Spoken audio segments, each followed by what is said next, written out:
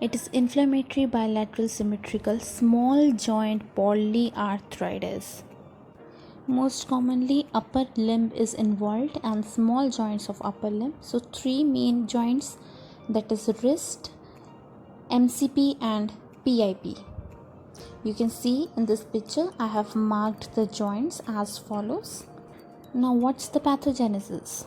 Majorly two things, that at the end we will have TNF alpha that will activate our osteoclasts, and the inflammation that will lead to the synovial hypertrophy, and these will lead to the deformities in the joints.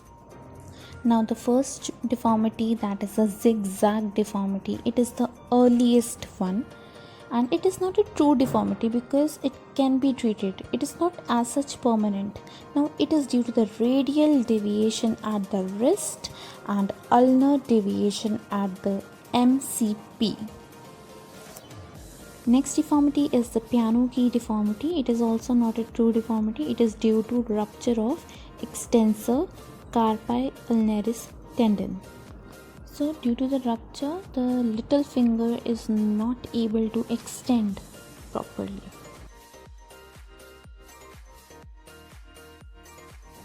Next one is the subluxation of the metacarpal phalangeal joint, that is MCP joint. Now it is due to the synovial hypertrophy. There is subluxation at the MCP joint, as you can see. Now we come to the true deformities. The first one is the buttonhole or the buttonier's deformity. It is due to the flexion at PIP, as you can see, and hyperextension at the DIP. Remember, there is no arthritis occurring in the DIP. Just the deformity of the distal interphalangeal joint is secondary to that of PIP. It is not as such the problem in the DIP. Now the second one is the swan neck deformity, that is the hyperextended PIP and flexion at DIP. Now this is the total opposite that we studied in the buttonier's deformity. Now we come to the Hitchgirl's thumb deformity, that is the abduction of the thumb, and the specific thing is that hyperextension of the interphalangeal joint of the thumb. You can see the thumb is hyperextended. Now we have the Vaughan-Jackson syndrome. In this, rupture of the extended tendon of 3/4/5, that is 3/4/5 finger. It is similar to piano key deformity, where we had the rupture of the extensor carpi ulnaris tendon only affecting the fifth finger only. So here we will have only extensor indicis tendon intact, all other are ruptured.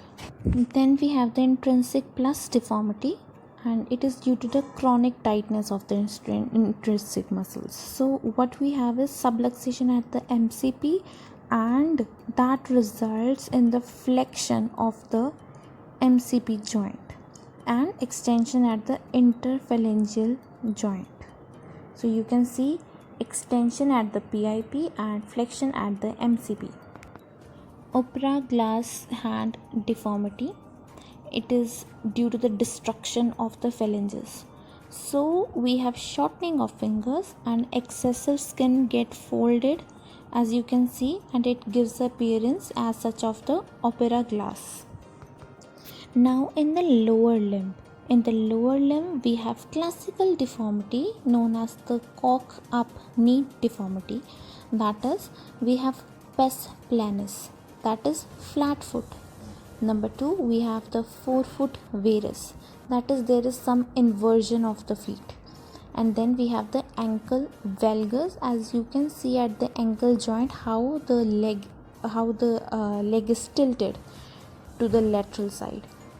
So we also have hallus valgus, that is lateral deviation of the great toe and hyperflexed digits. So these 5 things you can get, and the typical triad in the lower limb is formed by the pes planus, forefoot varus and ankle valgus. One extra articular manifestation of rheumatoid arthritis, that is the carpal tunnel syndrome. So you can see the thinner eminence, and also the patient complains of the numbness and tingling sensation. This is due to the entrapment of the median nerve, and it can lead to carpal tunnel syndrome. Other manifestation of extraocular manifestation of RA can be the MI, that is the leading cause of death, that is myocardial infarction.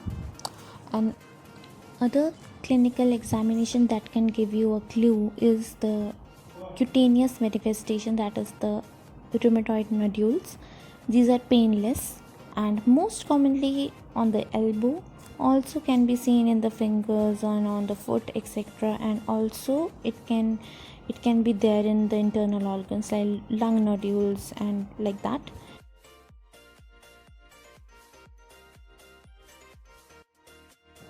So in case of very early rheumatoid arthritis, you can use a single agent, or you can use the combination of drugs if the disease is aggressive, that is high activity disease, that is methotrexate plus hydrochloroquine plus sulfasalazine. And if the rheumatoid arthritis has been established and there are deformities, you can use steroids and DMARDs.